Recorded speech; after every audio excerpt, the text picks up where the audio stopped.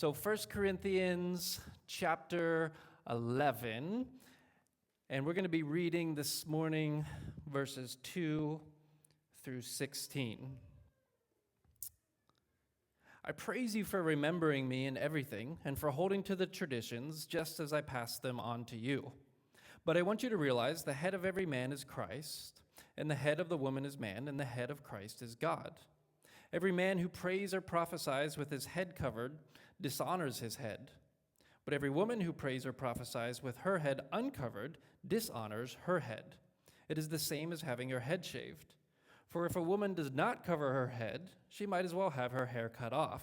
But if it is a disgrace for a woman to have her hair cut off or her head shaved, then she should cover her head. A man ought not to cover his head, since he is the image and glory of God, but woman is the glory of man. For man did not come from woman, but woman from man. Neither was man created for woman, but woman for man. It is for this reason that a woman ought to have authority over her own head because of the angels. Nevertheless, in the Lord, woman is not independent of man, nor is man independent of woman. For as woman came from man, so also man is born of woman, but everything comes from God. Judge for yourselves. Is it proper for a woman to pray to God with her head uncovered? Does not the very nature of things teach you that if a man has long hair, it's a disgrace to him, but that if a woman has long hair, it is her glory, for long hair is given to her as a covering? If anyone wants to be contentious about this, we have no other practice, nor do the churches of God. May God bless the reading of his word. You may be seated. So you're thinking, what's he going to do with this? Well, welcome to one of the most confusing, complex, uncertain, and even hotly debated passages in all of Scripture. And I've titled this morning's message, Hairdos in the House of God, the witness of our worship. This text is kind of a, preacher's worst nightmare in a way, where I have, just a little bit of time to somehow explain and hopefully make some practical application to a very convoluted passage. But I guess that's my punishment for not preaching for the last 6 weeks, is that I get this text. But here's my goal for this morning, is to make this passage and its application really as simple as possible by focusing on what I think are the big ideas here. I assume that you don't want a message on the 12 possible meanings of because of the angels in verse 10. Just the fact that there are 12 possible meanings should tell us that we don't really know what it means, right? Although I have my opinion. There are whole books written on just this passage. Here's one here by Lucy Papiat called Unveiling Paul's Women, Making Sense of 1 Corinthians 11, 2 through 16. Paul's thoughts here are complicated, and there's some unclear terminology, which is why one very respected commentator calls the whole passage just fraught with uncertainty. Therefore, I want to stay kind of big picture as much as possible, while still giving us a few juicy tidbits that might quench our curiosity about some of the things Paul wrote. But we should approach this passage humbly. Right? There's a lot of mystery here. We don't know exactly what caused Paul to address this subject matter with the church in Corinth. So the best approach is to focus on the big ideas and the lasting significance of some of what Paul says here. And what are those, then, in 1 Corinthians 11? What are the main ideas and takeaways from this passage that still hold meaning for us today, that apply to our lives? So as a way of teaching through this passage, I want to focus on these three kind of big ideas that I think are important from this passage, because the Lord did leave it for us to wrestle with.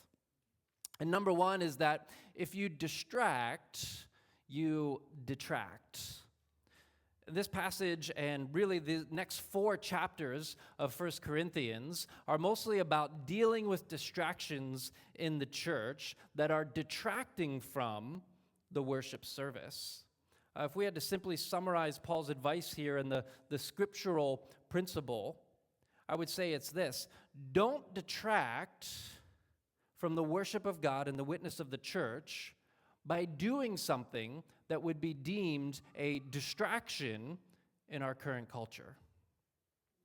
How are some of the Corinthian believers detracting from the witness of the gospel and distracting from the worship service? Well, apparently, what they were or were not doing with their hair was becoming a distraction. It was causing problems. Now, that all seems kind of silly and irrelevant to us. It doesn't matter in our culture if a man or woman has short hair or long hair or chooses to uncover or cover their hair or head. But in the Corinthian context, understand, it was a big deal. Why? Well, there's several reasons, but mostly, remember in the introduction we said that Corinth, was just a sex-crazed culture, famous for its prostitutes and its temples that were dedicated to sex gods. It was kind of the sin city of the day, right? And an uncovered head for a woman, or her hair being let down in that culture, was often a sign of availability for prostitution. And so Paul says, verse 13, it's not proper for a woman to pray to God in a public service with her hair down, because it could be a distraction or send the wrong message to the culture around them, which would associate that, especially in the context of a temple to a god, they would associate that with other behaviors. See, it's not that God has some preference for, women or men to have short or long hair. It's that some of these things could detract from the witness of the gospel, specifically in the city of Corinth. In the first century, it was certainly common custom for men to have short hair and women to have long hair. That's no longer the case. So the specific advice no longer applies. And even Paul clearly says in verse 6, only if it is a disgrace for a woman to have her hair cut off or her head shaved, then she should cover her head, which would imply if not, then it's not a big deal, only if that still remains the case. So the principle here is pretty simple, and it's one that Paul has already introduced just right before this, and this is what ties this passage together with what happens at the end of chapter 10, verses 31 to 33, where Paul says, "So whether you eat or drink or whatever you do it all for the glory of God. Do not cause anyone to stumble, whether Jews, Greeks, or the church of God." Remember, we called this approach the good of others for the glory of God. Paul is concerned about the witness of the church to the surrounding culture that they find themselves in, and how their behavior, even their apparel and their appearance, in this case, might detract potentially from reaching their community. Remember, we said in part 1 of our series, Paul thinks about the gospel in everything he does, in everything he says, and in every decision he makes, and he wants the Corinthians to do the same. So the application for each culture in different times and places would be to discern, well, for us, what actions or behaviors or speech are honorable and proper or improper to the surrounding culture and don't detract or distract from the worship service or the witness of the gospel, but rather make the gospel attractive to the surrounding culture. So we might ask the question, what might be misunderstood or confusing or distracting to our culture if they come into a worship service? So for example, a closely related application to the specific topic of the text would be if you came here into this worship service, handing out cards to your Tinder account. That's a dating app, for those of you who don't know. It has a thumbprint, Paul. If you came in passing out cards to your Tinder account, basically saying, "Hey, everybody, just so you know, I'm available. Call me," that would be wildly inappropriate for a worship service, right? Where you're just using it to tell people that you're available. And that's what the kind of things that Paul is addressing, things that would look disrespectful or would distract from the purpose of the worshiping church that are about something other than the gospel. So, hair length no longer would be a distraction or look disrespectful to a non-Christian who walks into here, right? So what are some more contemporary equivalents? Well, what if I got up here and people noticed that I was wearing $2,000 shoes and, $5,000 of designer apparel? Just so you know, I got this shirt and these pants at the thrift store in August while I was on holiday, just in case. Or I had a $5,000 watch on, huge diamond earrings, and then after the service, I got in my $100,000 car. I think Paul would say that's distracting, even possibly dishonoring to God, to draw attention to yourself like that. It might alienate or confuse an unbeliever who would walk in here and wonder, what are we all about as a community? And what do we value? Right? They might get the wrong idea. But it doesn't have to be that blatant. Perhaps, you're a believer in Jesus. You're a worshiper of God, and, but you regularly just come in really late on a Sunday. You casually sit in the back, mostly scroll through your phone. You're kind of updating your Instagram account as the service goes on. You're sipping your coffee. You're in and out. You're not really paying attention to what's going on. What does that say to somebody who walks in here and sees the holy activity of worshiping God that is taking place? What kind of message does it send about what we think is important, about what we value? How does that reflect on the gospel and how seriously we take it to someone? Or maybe you come in and, are drawing attention to yourself in a way that distracts and detracts. For example, a long time ago when we were a very small church, just of about 40, 45 people, we had this person who would come visit in the summer on holiday, and she was the tambourine lady. And she played her tambourine really, really loud in the service. And, there's place for that, and I'm okay with that in a lot of circumstances. But in this case, it was just very, very distracting in such a small gathering of people.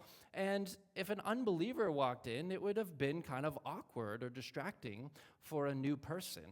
And it kind of drawed attention not to the worship of God, but a little bit more instead to that person. Or if you come in, with a huge political message on your T-shirt, or we're passing out pamphlets about something, or, parked your car out front with a bunch of posters about controversial matters, or we're in here promoting your business, right? Those things would be a distraction and something that draws our attention away from the worship of God, and ultimately might be misinterpreted or misunderstood by our surrounding culture. That's the stuff that Paul has in mind here. Propriety in public worship. But despite Paul's advice that we should not distract in worship in a way that detracts from the gospel, that we should be sensitive and aware of the customs of the culture around us when we worship, that doesn't mean that Paul doesn't say that we shouldn't sometimes actually subvert the culture and go against the customs of the culture around us, which he actually does here, which brings us to the second principle or takeaway from this text, which is that Paul in the church of Corinth values equal voice and opportunity in the church. And we're particularly talking about men and women here, about gender equality. Some people, I think, completely miss the prophetic nature of this passage, sometimes even interpreting it opposite the way I'm going to suggest here. I'll briefly go back to verse 3 because that's where people get confused, where Paul says, "But I want you to realize that the head of every man is Christ, and the head of the woman is man, and the head of Christ is God." So we already did an entire teaching, and perhaps, in fact, kind of two, where we unpack the idea of what this Greek word kephale, which gets translated head here, means in the Bible in the ancient world. So back in October 2023, so if you go to the messages page on our website, or you just scan this QR code here, that will take you to the teachings on that, and the first one will have a link to the second one, and also we uploaded all the slides from that message because a lot of people wanted to review that and view that. But that explains what this term means or would have meant in the ancient context. But I'll just summarize here that the word kephale, translated head, means more source or origin than it does kind of authority or superiority. So in contemporary terms, we think of it more as headwaters, right? The source or origin of something, rather than, head honcho, like the boss of something. And there are a number of clues in the text, including God being called the head of Christ, that tell us the meaning here can't possibly be authority or leader or superiority, because that would be heresy. But as is our purpose, I want to focus on the bigger idea here, which is this. In the first century, women were widely considered to be inferior to men in almost every culture and every place around the world. Furthermore, in both pagan and Jewish places of worship, women were completely excluded from public worship and relegated to silence, and quite often an entire separate section or balcony as observers, sort of treated as second-class people. So it speaks volumes that in a passage where Paul is clearly worried about the church not embarrassing itself to the surrounding culture, about not doing things that would be a distraction according to the surrounding customs of the day, that he promotes here the public ministry of women in church gatherings and their full equality with men. I mean, for someone who has been teaching the Corinthians, do not cause anyone around you to stumble when it comes to kind of gray areas or neutral areas or practices or behaviors. For someone who's worried about what certain hairstyles might communicate to non-believers, I mean, it's downright kind of scandalous and amazing and extremely telling that when it comes to gender equality in the church, an unpopular view in the first century culture to both Jews and Greeks, that Paul presses the issue and very much accepts and assumes that women will pray and prophesy and play a prominent role in public worship gatherings. It's very easy to miss that in our modern context. His concern is just whether they're about their hair and whether their head is covered or uncovered, but not about their actual actions. And even Paul dismantles the normal hierarchy and authority structures of the day when he says in verses 10 through 12, it's for this reason that a woman ought to have authority over her own head. So that's a pretty strong statement that you wouldn't find in the first century. He says, nevertheless, in the Lord, woman is not independent of man, nor is man independent of woman. For as woman came from man, some people would use that as an argument for superiority. Paul says, well, no, man is also born of woman, but everything comes from God. Right? He says the first woman came from a man, but that doesn't give men any advantage or superiority, because after that, all men were born of women, right? Neither sex can claim authority or superiority over the other. So Paul's advice was, simultaneously very pragmatic to the church in Corinth, but also very prophetic in what he was saying. And in verse 10, Paul, conceded that women have the freedom to do whatever they want with their head and hair, but as has been his advice throughout the whole letter, he's advising that we make our decisions out of love for others and have a witness for the gospel. So covering the head hair is probably best in the Corinthian context, even if it doesn't apply specifically directly to us. But don't overlook the obvious here that Paul was expecting women to be equally ministering in public. In fact, in verses 4 through 7 about this, proper attire and fashion and speaking in public worship, by word count in the Greek, Paul actually spends slightly more words addressing the women and their speech in the church than men. I mean, if women weren't supposed to be leading in the public worship gathering, as some still believe today, then why would Paul waste his time telling them how to do it, right?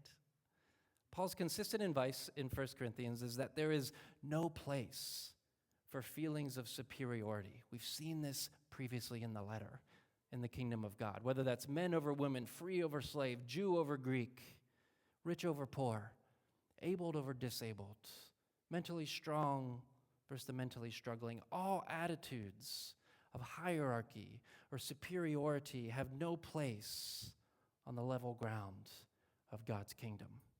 And we should be expending energy and effort to make that a reality.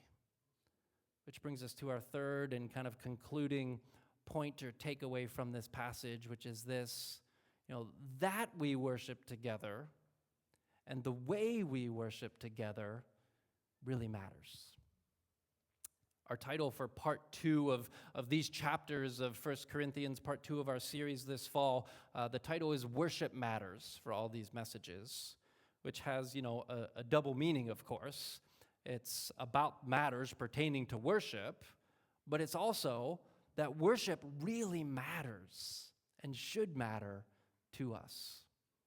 These chapters are about the way we worship, including how we approach the Lord's Supper, as is next week's text. But a big picture takeaway that could get lost is that Paul in the Bible is assuming that we worship together. I can't emphasize this point enough, right? That Paul is not writing this letter to individual Christians or believers who are just living their lives apart from the church. Paul spends pretty much the whole letter dealing with these corporate issues, these relationships within the body, because that's where we work out our theology and that's how we worship.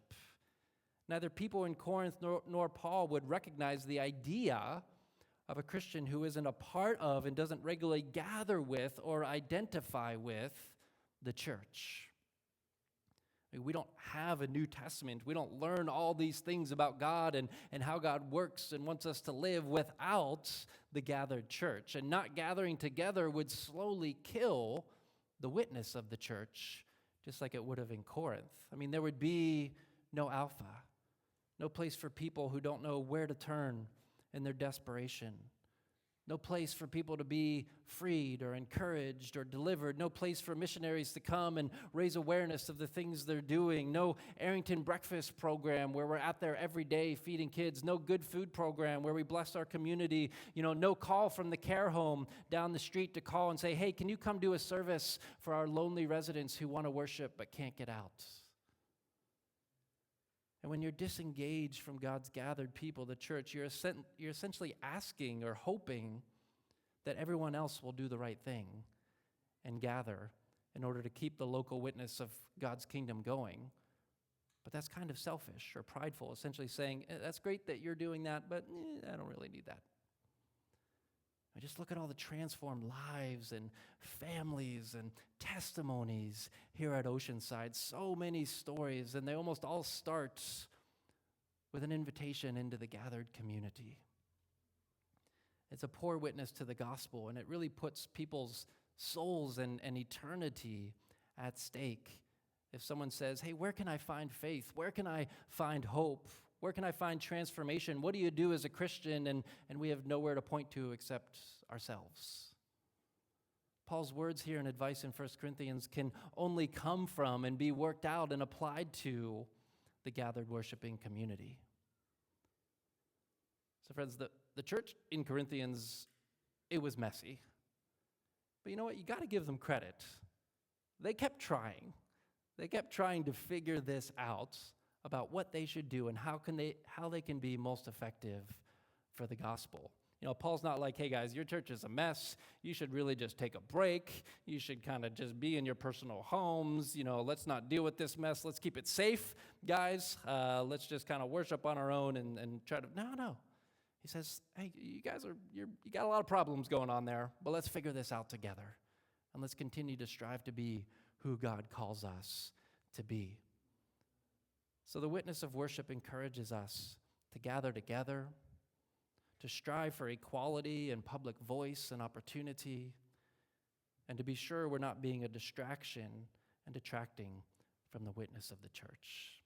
So we're going to practice some of that a little right now in our monthly Sunday soak service. The band's going to come, and it's still a little early because we like to leave some extra time on these Sundays, and we kind of title this an extended time of enjoying God's presence in worship, prayer, and reflection. And the implication, of course, is that we're doing this together. We're not like, hey, go home and spend some extended time. No, there's something significant about just being among the people of God and doing this. And you can do a lot of things. You can be still. You can just soak in God's presence and his love for you. You can journal, you can read, you can reflect, you can think about today's message. You can receive prayer. So I'm going to ask our prayer teams to come up. There'll be one in this corner, one on that corner, and they would love to pray with you during this time. There's lots of time. They'll go as long as needed to pray for you. Maybe you want to pray with someone around you. Maybe you want to spend some time just praying for our world and community, just in intercessory prayer, if that's part of your calling. There's lots that can happen during this time. And if you can't stay, we just ask that you move all casual conversation to the lobby and leave this as a protected space for those who would like to just stay and soak in God's presence. If you have kids in the kids ministry, they do still have more time, so you're welcome to stay for a few songs, but then eventually one parent, please pick them up. You won't want to miss next week as we do one of the most important things we're called to do as the gathered people of God, which is share in the Lord's table, the Lord's Supper together. So that's next week, and that's what our text is about. So we'll see you then, but for now I encourage you to dedicate yourself to a life that says, let everything I do, let everything I say, let every decision I make, big and small, be all about the good of the church, the good of others, and the glory of God, advancing the gospel and making it attractive in all I do and all I say. Amen? And have a great week. For now, you can stay if you'd like and soak in the presence of God together.